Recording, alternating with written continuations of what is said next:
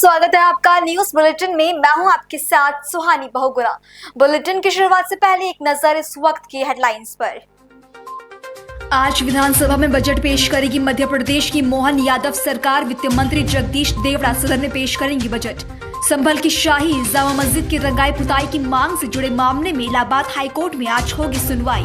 एक देश एक चुनाव संबंधी विधेयकों पर विचार कर रही संसदीय समिति जल्द इस मुद्दे पर देश भर से लोगों के सुझाव आमंत्रित करने के लिए वेबसाइट शुरू करेगी। भारतीय वायुसेना को मिलेंगे 114 नए मध्यम श्रेणी की लड़ाकू विमान। टेंडर में अमेरिकी F-15 भी हो सकता है शामिल। दो मोर्चों पर युद्ध से निपटने की वायुसेना की क्षमता और बढ़ेगी। व्हाइट हाउस की प्रेस सचिव कैरोलिन लेविट ने किया भारत द्वारा अमेरिकी शराब पर 150% टैरिफ लगाने का दावा। अमेरिका ने लगाया भारत की नीतियों पर निर्यात में अड़चन डालने का आरोप। हेडलाइंस के बाद चलिए अब जानते हैं खबरों को विस्तार में। खबर उत्तर प्रदेश से है, जहां अलीगढ़ के थाना बन्ना देवी क्षेत्र स्थित अलीगढ़ रेलवे जंक्शन पर जीआरपी की टीम को बड़ी कामयाबी हाथ लगी है।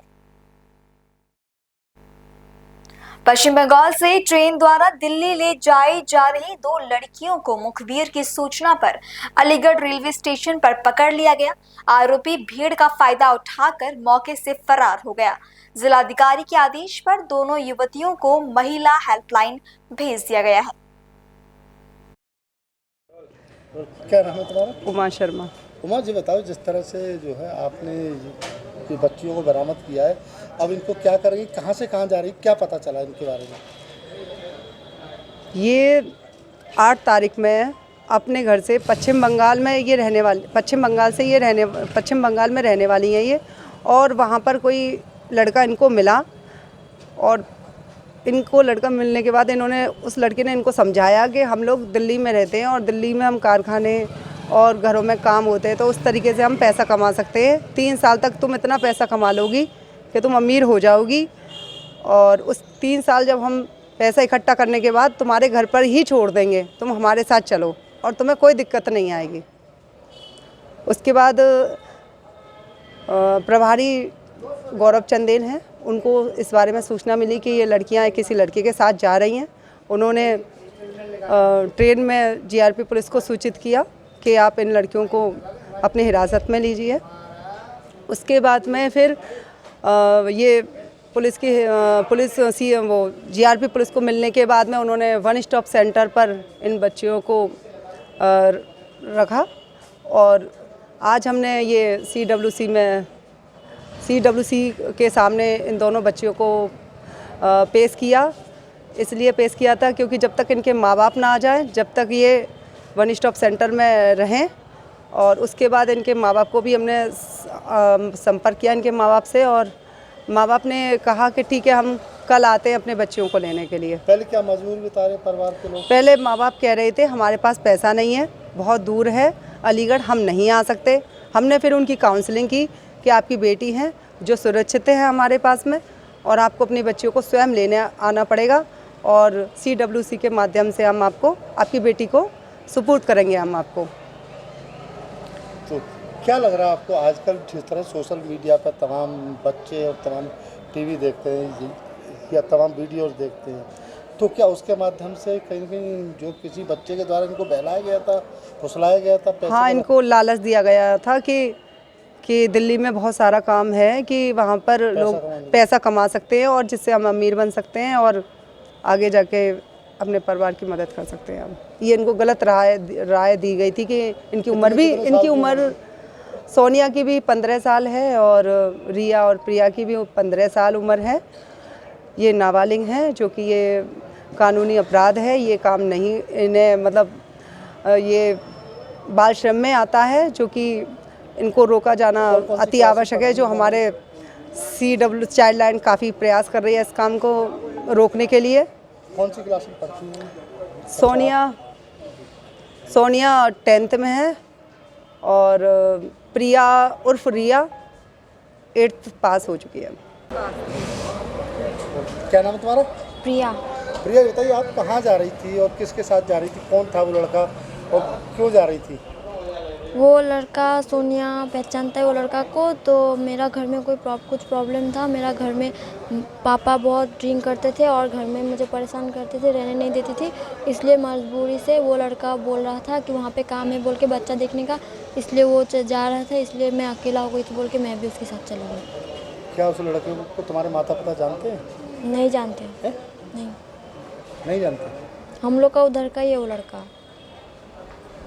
तो आपके परिवार के लोग नहीं जानते उस लड़के को? नहीं जानते। मैं तो इसकी बात सुन के आई थी। वो जा रही थी तो वो फ्रेंड है बोल के वो भी जा रही है, तो घर में अकेला रहूँगी। फिर घर में बहुत टॉर्चर करता है पापा, मम्मी को भी बहुत टॉर्चर करता है। मम्मी काम करता है, बासा घर में काम करके आता है, पैसा कमाता है और वो पैसा लेके पापा खाता है, खर्च करता है, फिर उड़ा देता है। स्कूल में एडमिशन भी नहीं किया। पैसा दिया था पापा को मेरा मम्मी एडमिशन करने के लिए। मेरा माँ का तो टाइम नहीं होता है क्योंकि मेरा माँ काम में रहता है हर समय। इसलिए मेरा माँ का पैसा लेके बोला बैंक का बुक बना देगा बोल के, नहीं बना के वो ड्रिंक करके माँ को मारता है, मेरे को मारता है। मेरा दादी है घर में, मेरा बहन है, मेरा बहन को भी मारता है, दादी को भी मारता है और मुझे भी बहुत टॉर्चर करता है घर में। मम्मी लोग को भी बहुत टॉर्चर करता है। अच्छा से कितने रहने बहन भाई हैं आप? हम 2 बहन हैं। एक बहन है छोटा 9 साल की। अच्छा। तो उस लड़के ने आपसे क्या कहा था? उस लड़की ने उससे बात किया था सोनिया से। तो सोनिया को बोला था कि वहाँ पे हम लोग रोज़ उधर स्टेशन का उधर जाते थे, हम लोग का स्टेशन उदलाबाड़ी स्टेशन, तो वहाँ पे घूमने जाते थे क्योंकि पापा घर में रहने नहीं देते थे, इसलिए हम लोग उधर जाते थे। फिर वो लड़का बोल रहा था एक दिन रोज़ की रोज़ देखता है तुम लोग का क्या प्रॉब्लम है, तुम लोग क्यों बार बार घर से निकल के आते हो।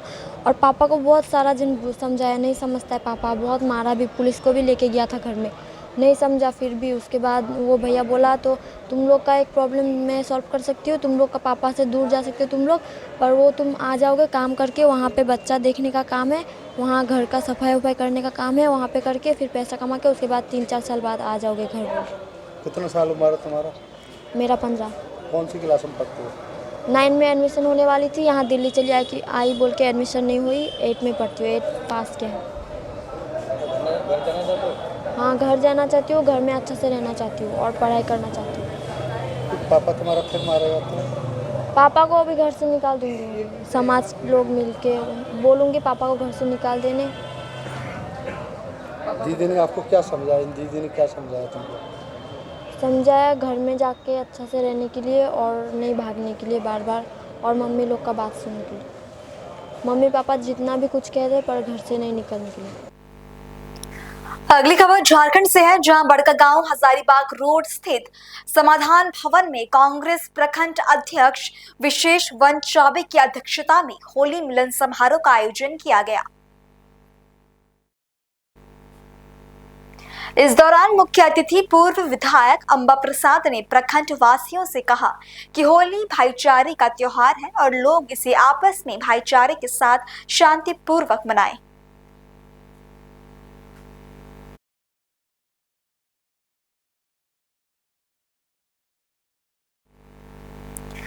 अगली खबर पंजाब के लुधियाना से है, जहां साजन नाम के लड़के का शव मिला है। मृतक युवक निरंकारी मोहल्ले का रहने वाला था। परिवार वालों ने बताया कि 1 महीने पहले उसका किसी से झगड़ा हुआ। परिवार पुलिस प्रशासन से इंसाफ की गुहार लगा रही है और सभी दोषियों को गिरफ्तार कर सख्त कार्रवाई की मांग कर रहे हैं।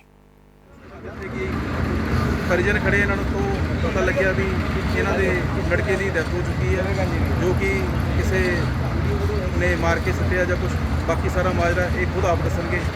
हाँ जी मतलब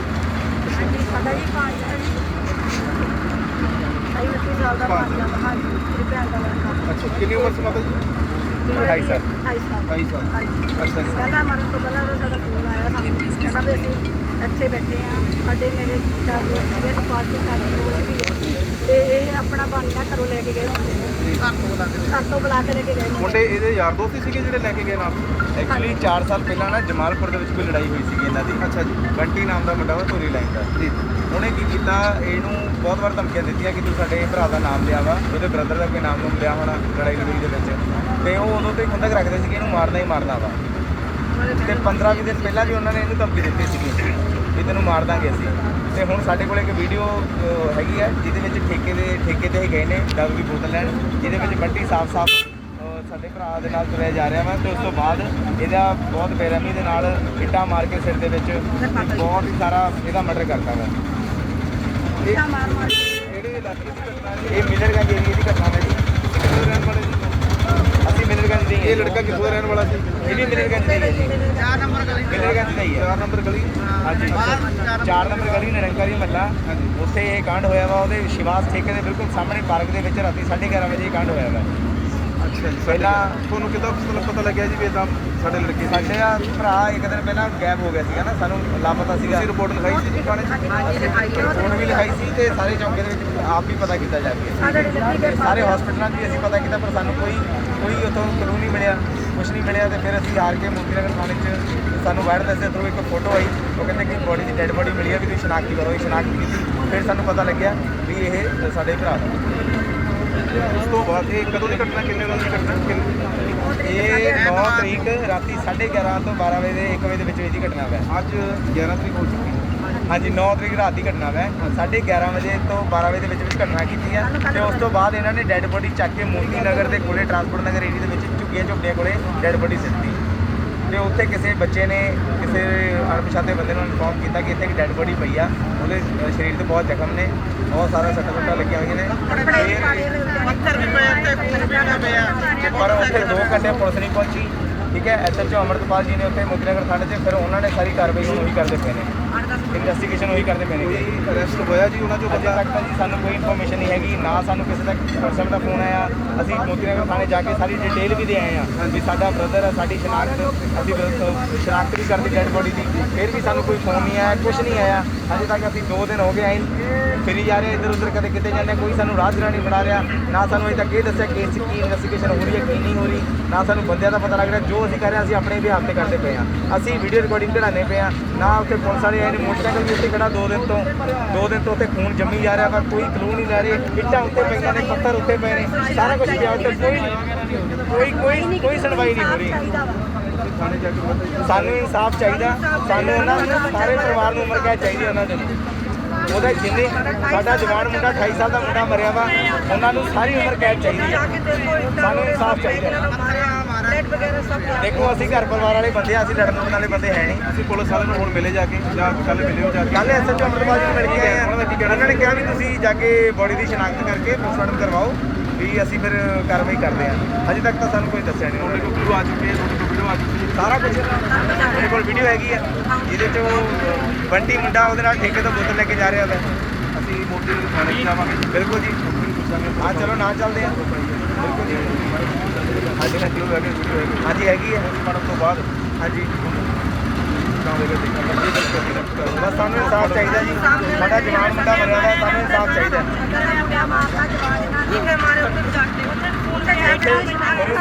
ਮੌਕੇ ਤੇ ਜਾ ਕੇ ਵੀ ਦਿਖਾ ਦਿੰਦੇ ਆ। ਹਜੇ ਤੱਕ ਉੱਥੇ ਕੋਈ ਪੁਲਿਸ ਨਹੀਂ ਆਈ। ਰਾਤੀ ਜਿਹੜੀ ਪੁਲਿਸ ਆਈ ਆ ਉਹ ਪਤਾ ਨਹੀਂ ਕੀ ਦੇਖ ਕੇ ਲੈ ਗਈ ਹੈ ਕੀ ਨਹੀਂ। ਹਜੇ ਤੱਕ ਸਾਨੂੰ ਨਾ ਪਰਿਵਾਰ 'ਚ ਕਿਸੇ ਨੂੰ ਫੋਨ ਆ ਰਿਹਾ, ਨਾ ਮੈਨੂੰ ਫੋਨ ਆ ਰਿਹਾ, ਮੇਰੇ ਭਰਾ ਨੂੰ ਫੋਨ ਆ ਰਿਹਾ, ਕੋਈ ਫੋਨ ਨਹੀਂ ਆਇਆ, ਕੋਈ ਸੁਣਵਾਈ ਨਹੀਂ ਹੋ ਰਹੀ। ਸਾਨੂੰ ਇਨਸਾਫ ਚਾਹੀਦਾ। ਪਲੈਨਿੰਗ ਦੇ ਨਾਲ ਇਹਨਾਂ ਨੇ ਸਾਡੇ ਬੱਚੇ ਦਾ ਖੂਨ ਕੀਤਾ, ਕਤਲ ਕੀਤਾ। ਚਾਹੀਦਾ ਉੱਥੇ ਖੜਾ ਦਾ ਚਾਬੀ ਉੱਥੇ ਖੜਾ ਦੀ। ਪਲੈਨਿੰਗ ਦੇ ਨਾਲ ਇਹਨਾਂ ਨੇ ਸਾਡੇ ਬੱਚੇ ਦਾ ਖੂਨ ਕੀਤਾ, ਕਤਲ ਕੀਤਾ। अगली खबर उत्तर प्रदेश के जिला सहारनपुर के सरसावा से है, जहां थाना कोतवाली प्रभारी एवं उनकी पुलिस टीम ने नेशनल हाईवे पर योजना बनाकर जाम लगाने वाले को गिरफ्तार किया है।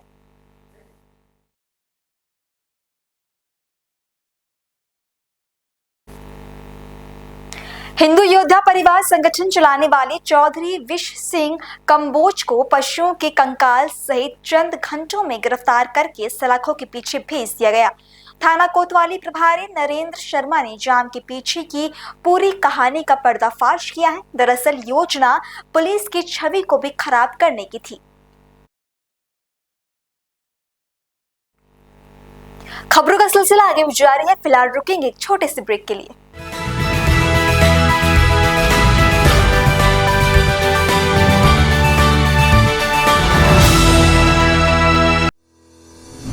रोजगार डेवलपर्स, a unit of रोजगार डेवलपर्स एंड प्राइवेट लिमिटेड। घर वहीं जहां हो आपका भरोसा। पिछले 15 सालों से आपके सपनों का घर हमारी प्रतिबद्धता। रोजगार डेवलपर्स का पता है शिमला बाईपास रोड, गणेशपुर, देहरादून। रोजगार डेवलपर्स से संपर्क करने के लिए अभी डायल कीजिए 9897054026 पर या 8433207910 पर।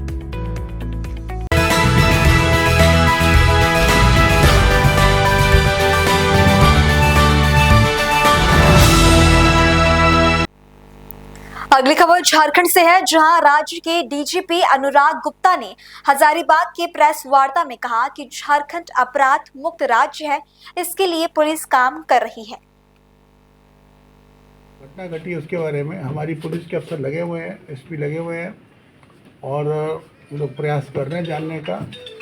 अभी तक दुर्भाग्यवश हमें सफलता नहीं मिल पाई है कि इसके पीछे कौन लोग हैं। उम्मीद करते हैं कि हम लोग इसको जल्द खुलासा करेंगे। ये बात सही है कि हजारीबाग में पिछले कई वर्षों में कोल माइनिंग कंपनी के लोगों पर हमले हुए हैं, परंतु सरकारी कंपनी पे संभवतः हमला होने का ये पहली घटना है। और जिस व्यक्ति की हत्या की गई है वो कोई ऐसा, उसको कोई धमकी या कोई थ्रेट की बात अभी तक स्पष्ट नहीं हुई है और वो कोई ऐसे पोजीशन में भी नहीं था जहाँ पर के वो कोई पब्लिक डीलिंग करता हो या कोल ट्रांसपोर्टेशन या कोल या किसी को कॉन्ट्रैक्ट वगैरह देने, जैसे किसी को कोई आर्थिक लाभ पहुंचाने की स्थिति में वो, ऐसा हमें बताया गया नहीं था। इसलिए ये अपराध हमारे लिए एक चैलेंज है, हजारीबाग पुलिस के लिए, झारखंड पुलिस के लिए। और हमारा वायदा है हमारे सभी एनटीपीसी कर्मियों से कि हमारा भाई जिसकी हत्या हुई है, हम लोग इसका निश्चित रूप से इसका खुलासा करेंगे और जो भी लोग इसके पीछे लिप्त हैं, संलिप्त हैं, उनको पकड़ के उनको कड़ा दंड दिलवाएंगे। ये मेरा आप सभी से। सर, इस मर्डर के पीछे का मोटिव वही अभी तक क्लैरिटी नहीं आई है कि मोटिव क्या। वही तो मैं आपको बता रहा हूँ कि जिस व्यक्ति को मारा, देखिए मोटिव क्या हो सकता है, या तो व्यक्तिगत हो सकता है या सरकारी हो सकता है। जहाँ तक ऑफिशियल पोजीशन की बात है वहाँ पर अभी तक कोई ऐसा तथ्य हमारे सामने नहीं आया है जिससे कि प्रूफ हो सके कि इसने कोई व्यक्ति को कोई आर्थिक या शारीरिक या कोई मानसिक किसी को लाभ या हानि पहुंचाई हो। ऐसा कोई तथ्य अभी तक सामने नहीं आया है। व्यक्तिगत की भी हम लोग जाँच कर रहे हैं। ऐसा नहीं था कि कोई और चल रही है, एसपी काफ़ी मेहनत कर रहे हैं। ये केस हमारे लिए एक चैलेंज है और इसमें एसआईटी बनाई गई एसपी के स्तर से, उसमें डीएसपी के स्तर के अधिकारी और बाकी इंस्पेक्टर तो थानेदार लगाए गए हैं। मैं उम्मीद करता हूँ कि अगले कुछ दिनों में हमको इसका खुलासा करेंगे। अमन साहू गैंग से रिलेटेड भी कोई मामला है क्या? क्या तार जुड़ा हुआ है क्या? आज जो अमन साहू को गिरा, देखिए मैंने भी एसपी एटीएस को वहाँ भेज दिया पता करने के लिए। पूरी जानकारी अभी आई नहीं है, आने दीजिए। जैसी सारी जानकारी मेरे को प्राप्त हो जाती है हम आपके साथ में जरूर।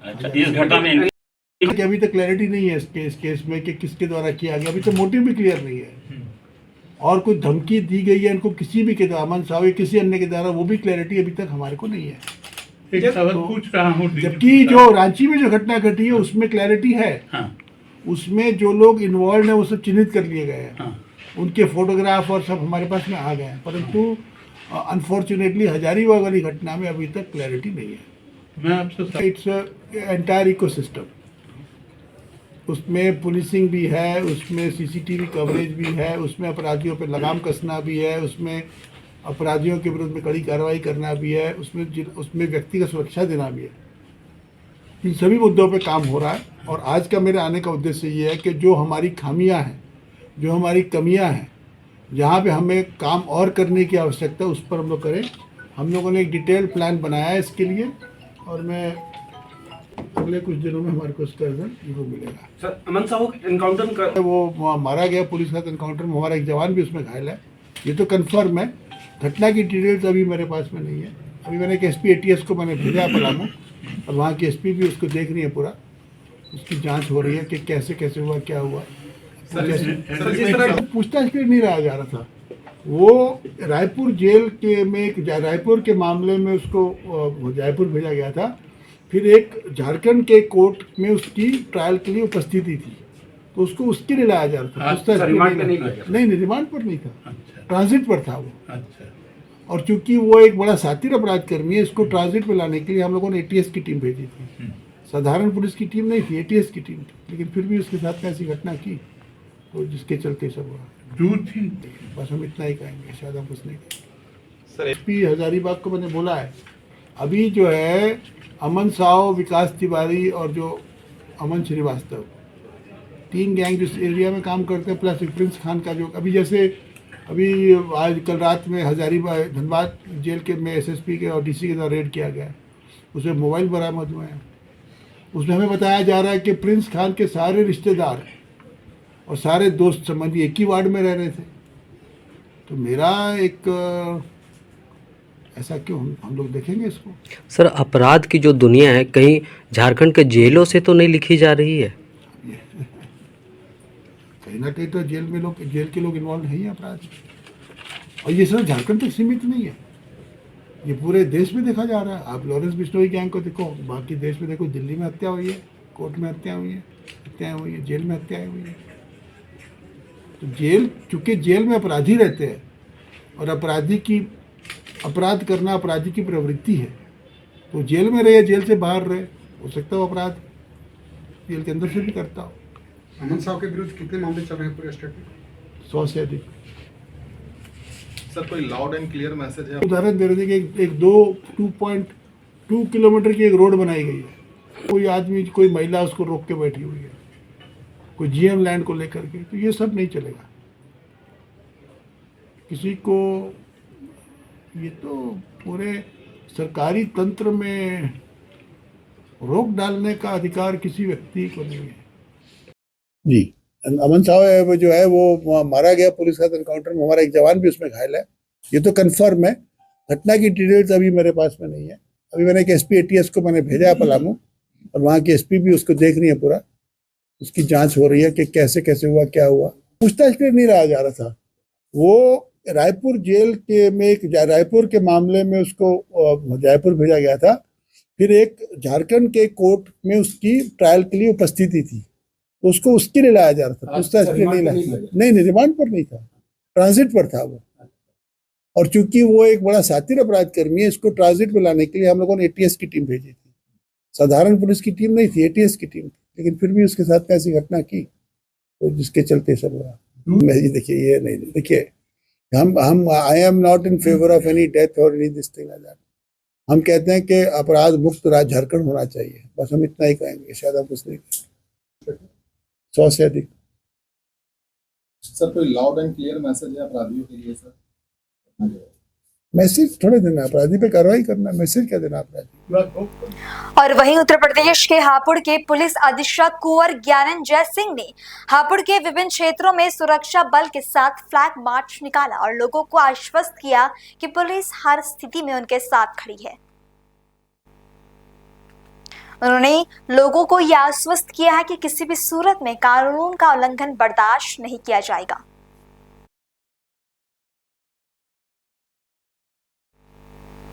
खबर झारखंड के हजारीबाग से है, जहां झारखंड के पूर्व मंत्री योगेंद्र साहू ने अमन साहू के एनकाउंटर पर डीजीपी अनुराग गुप्ता को बधाई दी। एनटीपीसी के डीजीएम कुमार गौरव हत्या को निंदनीय कहा।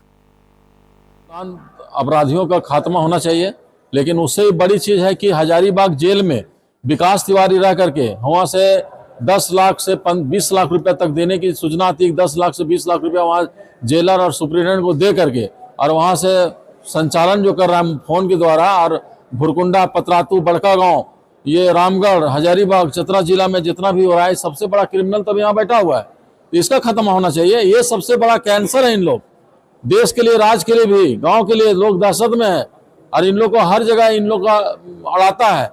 और इसमें जो है आज एनटीपीसी का जो डीजीएम जो है का हत्या हुआ है, इसका मैं निंदा करता हूं। लेकिन सबसे पहला चीज है, एनटीपीसी भी काफी शोषण कर रही है। ये उपज जो है एनटीपीसी के लोगों को सोचना चाहिए कि गरीबों को क्या कर रहा है। जमीन छीन रहा है, बिना मुआवजा दिए घर धांस दे रहा है। उसके बाद वहां पर जो है सो अन्याय कर रहा है, लोगों को केस का भय दिखा करके वहां जमीन लूटा जा रहा है। जमीन का कंपनसेशन नहीं दिया जा रहा है, न रिहेबिलिटेशन किया जा रहा है, न रिसेटलमेंट किया जा रहा है। ये भी बहुत बड़ा ये घटना का ये सूत्रधार है इसका।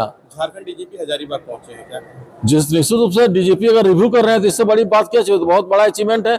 और हम चाहते हैं कि अपराधियों का खात्मा होना चाहिए, और जो भी लोग अमन साहब तो वहां से लाके, लेकिन अमन साहब जो गैंग जो बाहर खड़े हुए उन लोग को सफाया मेन है। और दूसरा चीज है कि यहाँ पर जो विकास तिवारी जो जेल में बैठ करके ऑर्गेनाइजेशन चला रहा है यहाँ पर, तो इसको सफाया होना चाहिए। ये पूरा गैंग का जो जितने गैंग है, क्योंकि अपराधी तो किसी समाज का अंग तो है नहीं, इन लोग तो अपराधी को कोई इसका सामाजिक ताना बाना नहीं है। इसको अपराध करेगा, इसको उसके लिए कुछ समाज से मतलब है ना कोई पब्लिक से मतलब, इसको पैसा चाहिए, इंट्रोशन चाहिए।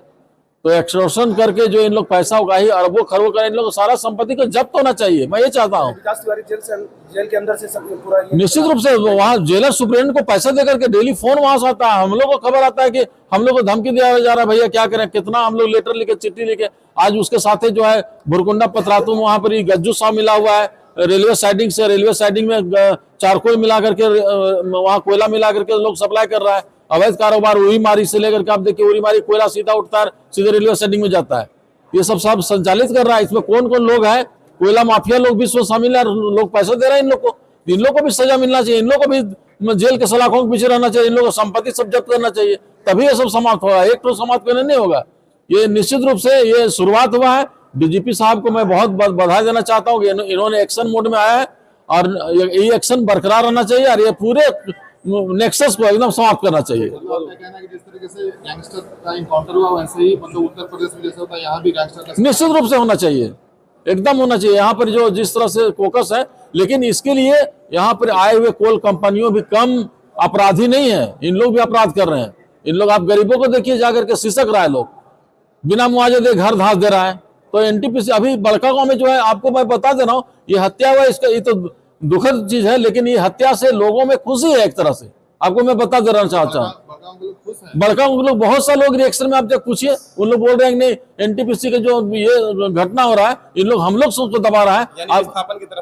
निश्चित रूप से विस्थापन एक बहुत बड़ा मुद्दा है और विस्थापन के मुद्दा पर कोई भी नहीं संज्ञान लेता है। अगली खबर ओडिशा के पारादीप से है, जहां एक दर्दनाक हादसा हुआ। घटना विशाली पंचायत के पीताम्बरपुर इलाके में राष्ट्रीय राजमार्ग पर हुई, जहां चलती कार अचानक आग की लपटों में घिर गई। स्थानीय लोगों ने जब धुआं और आग की लपटें देखी तो तुरंत अग्निशमन विभाग को सूचना दी। दमकल की 2 गाड़ियां मौके पर पहुंची और आग बुझाने की कोशिश की, लेकिन जब तक आग पर काबू पाया जाता तब तक कार में बैठे व्यक्ति की झुलसकर मौत हो चुकी थी। अगली खबर भी ओडिशा से है, जहां भुवनेश्वर में एक जंगली हाथी एम्स अस्पताल के नजदीक पहुंच गया। वन विभाग के अधिकारियों ने 15 घंटों की कड़ी मशक्कत के बाद हाथी को बेहोश कर काबू में किया। बताया जा रहा है कि यह हाथी खोरदा के पास स्थित बरनई पहाड़ियों से शहर की ओर आया था।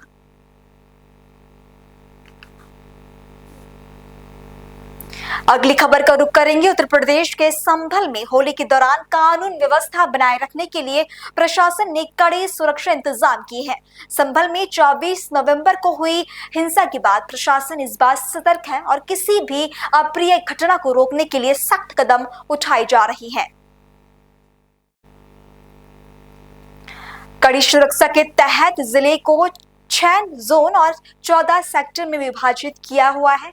डीएम ने सभी अधिकारियों की छुट्टियां भी रद्द कर 13 मार्च से ड्यूटी प्रभारी कर दी है। संवेदनशील इलाकों में मजिस्ट्रेट और पुलिस अधिकारियों को तैनात कर पैनी नजर रखने के निर्देश दिए गए हैं।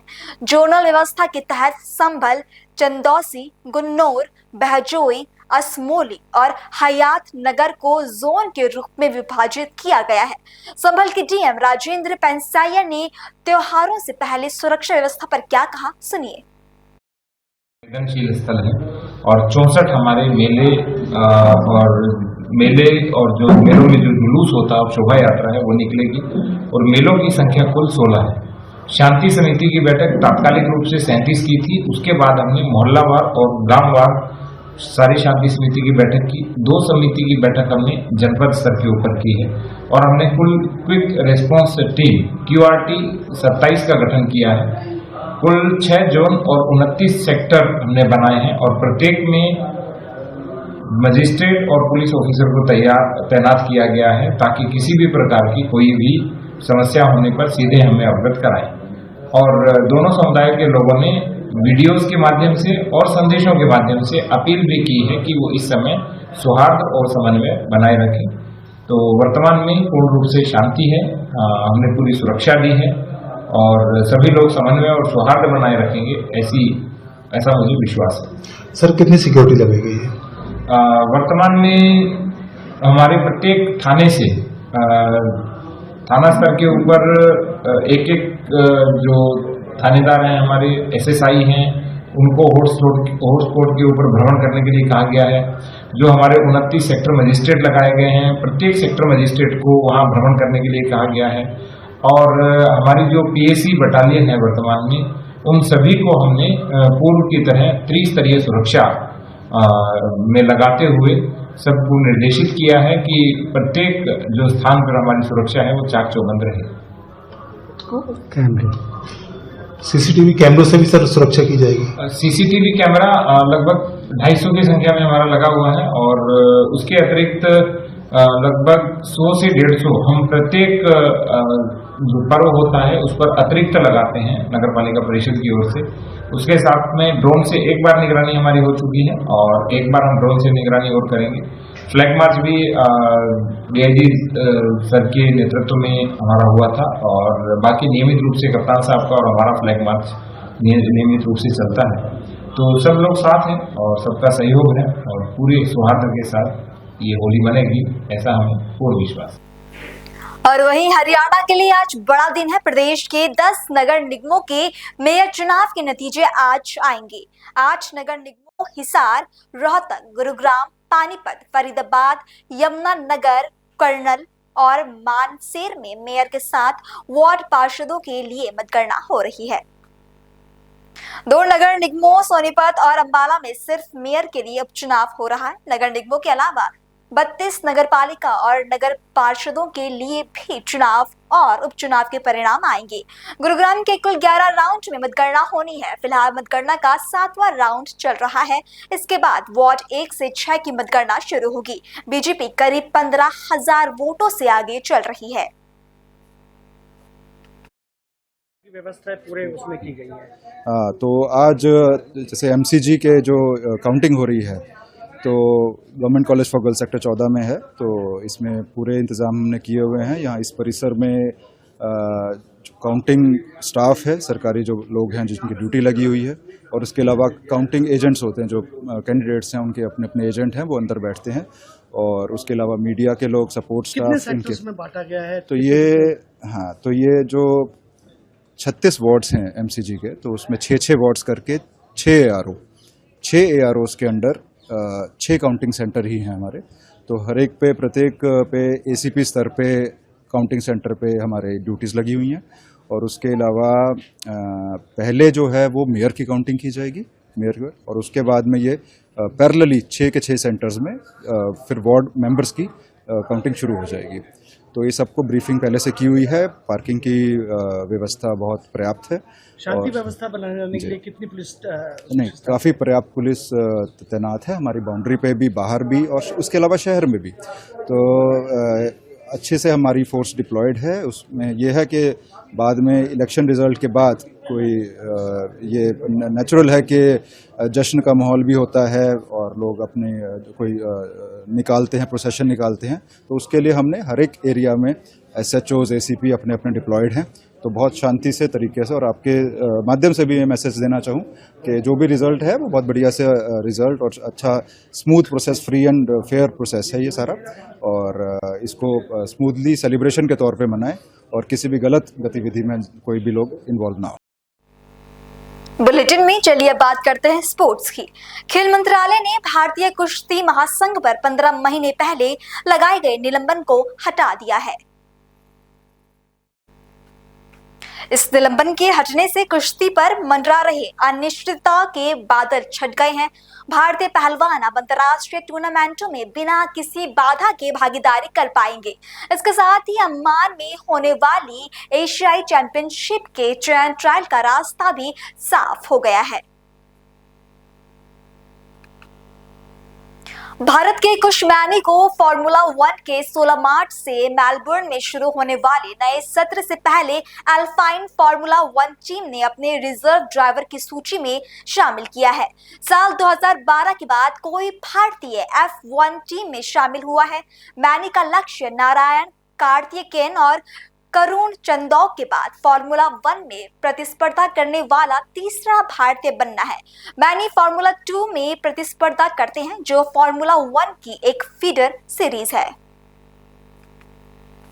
महिला प्रीमियर लीग में गट चैंपियन आरसीबी ने मुंबई इंडियंस को 11 रन से हराकर उसे फाइनल में सीधे प्रवेश करने से रोक दिया है। मुंबई की हार से दिल्ली कैपिटल्स फाइनल में पहुंच गई है। खिताबी मुकाबला 15 मार्च को खेला जाएगा। हालांकि मुंबई के पास अभी फाइनल में पहुंचने का मौका बचा है। उसे 13 मार्च को एलिमिनेटर में गुजरात जायंट्स से भिड़ना है।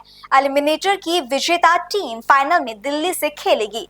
दिल्ली लगातार तीसरी बार फाइनल में पहुंची है। World para athletics grand pre में डिस्कस थ्रो F11 में भारत ने 3 पदक हासिल किए हैं। सागर ने 34.84 मीटर के साथ स्वर्ण जीता। बालाजी राजेंद्र ने 26.98 मीटर के साथ रजत और जनक सिंह ने कांस्य पदक जीता है। और इस खबर के साथ ये बुलेटिन यहीं समाप्त होता है। देश और दुनिया की बाकी तमाम खबरों के लिए आप देखते रहें पल्स 24 न्यूज। नमस्कार।